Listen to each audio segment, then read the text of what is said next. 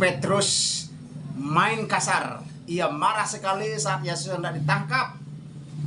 Dan dengan kekuatan manusianya ia ingin membela Yesus. Pedang pendek dihunusnya dan putuslah telinga Malkus. Cas. Yesus adalah orang yang anti kekerasan. Ia pengampun dan pendamai. Ia tidak ingin dibela. Justru Petrus ditegur dan telinga Malkus diambilnya, ditempelnya lagi di telinga itu. Dan sempurna seperti semula. Saudaraku, bertemu lagi dengan Pendeta Najarudin dalam renungan pagiku bersama Yesus ada masa depan. Bersama Yesus masa depan cemerlang. Pasti. Ingat ya, mujizat terbesar adalah keselamatan jiwa, pertobatan, perubahan tingkah laku.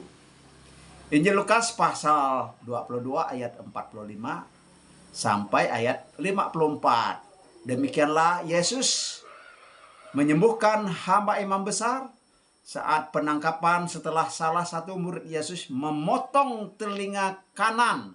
Ya, ini nampak sebelah kiri ya, telinga kanan. Tapi Yesus berkata, sudahlah itu, sudah. Lalu ia menjamah telinga orang itu dan menyembuhkannya. Saudaraku, saya ambil dari sumber Wikipedia, penyembuhan telinga seorang hamba.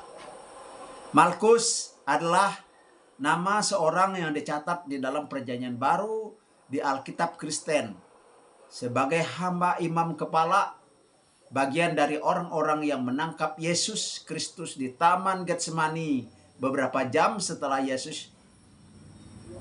sebelum Yesus disalibkan. Ya, sebelum Yesus disalibkan. Dalam peristiwa itu Petrus marah karena Yesus akan ditangkap oleh sekelompok orang bersenjata. Petrus mengayunkan pedangnya dan mengenai telinga Malkus. Putus telinganya dari kepalanya. Namun Yesus justru melarang Petrus untuk membelanya. Mengapa? Yesus bilang dengan pedang yang menjadi simbol kekerasan. Sedangkan Yesus tidak ingin ada kekerasan. Yesus justru melakukan mujizat dengan mengambil telinga itu, menempelnya kembali di telinga Malkus dengan cara yang ajaib. Kisah pemotongan telinga ini terdapat di dalam keempat Injil, yaitu Injil Sinoptis, Injil Matius, Injil Markus, Injil Lukas, bahkan Injil Yohanes. Satu-satunya yang menyebut nama Malkus, ya, Injil Yohanes. Pesan dari peristiwa ini dapat diartikan bahwa Yesus adalah orang yang anti kekerasan, sekalipun untuk membela dirinya. Yesus ingin memberikan teladan bahwa kekerasan hanya akan membawa dampak buruk kepada kehidupan manusia.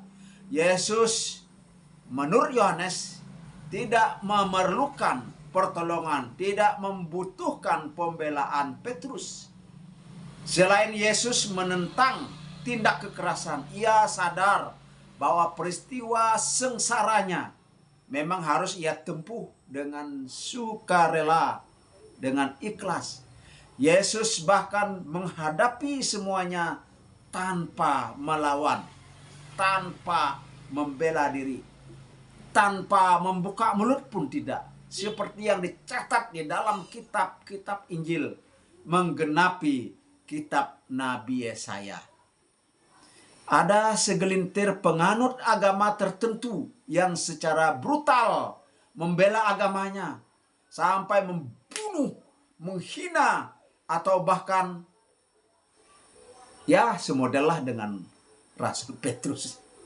Suka mengkafir-kafirkan orang, suka mengharam-haramkan sesuatu.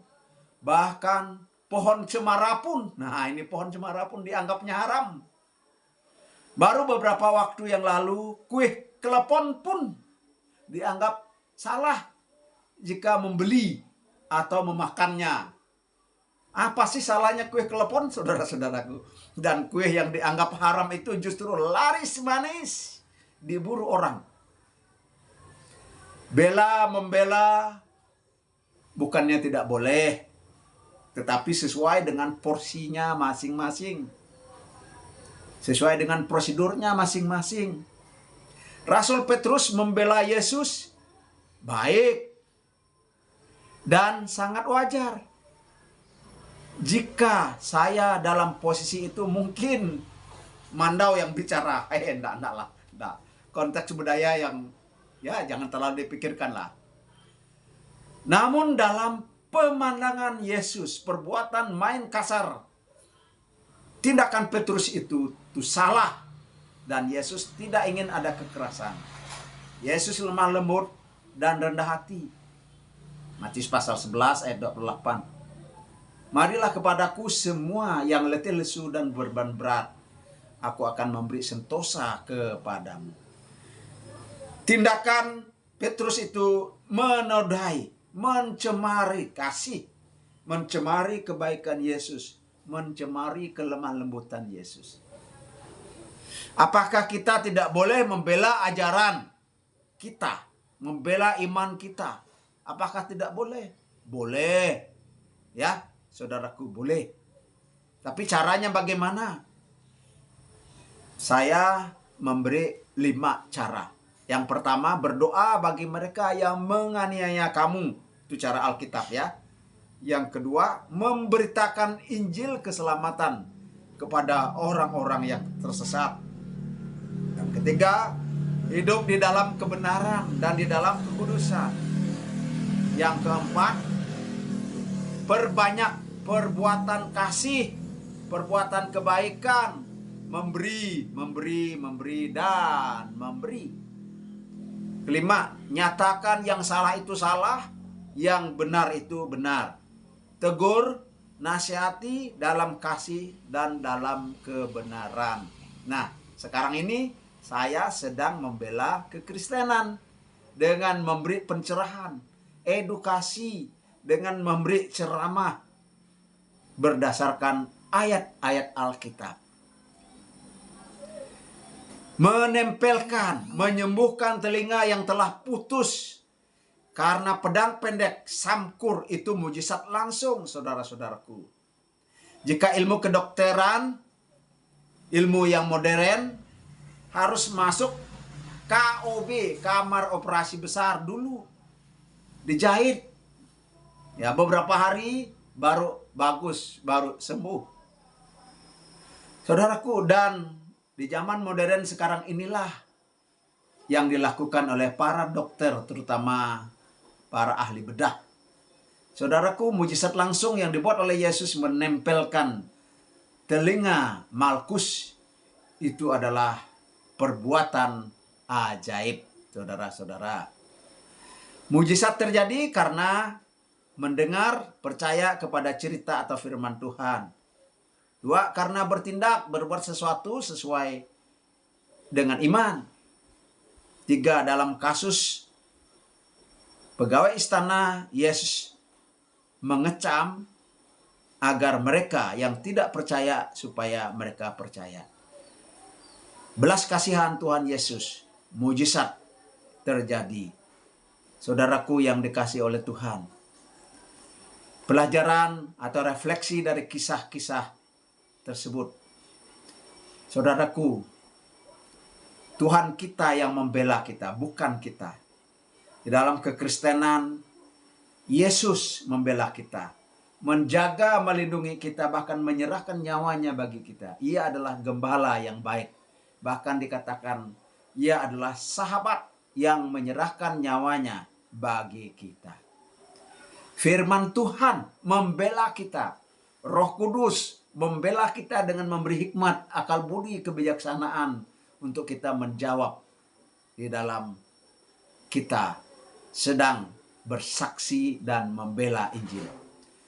God is almighty, for God is nothing impossible. You don't say, so big problem I have. But you can say, high problem I have big God. Sebab bagi Allah tidak ada yang mustahil.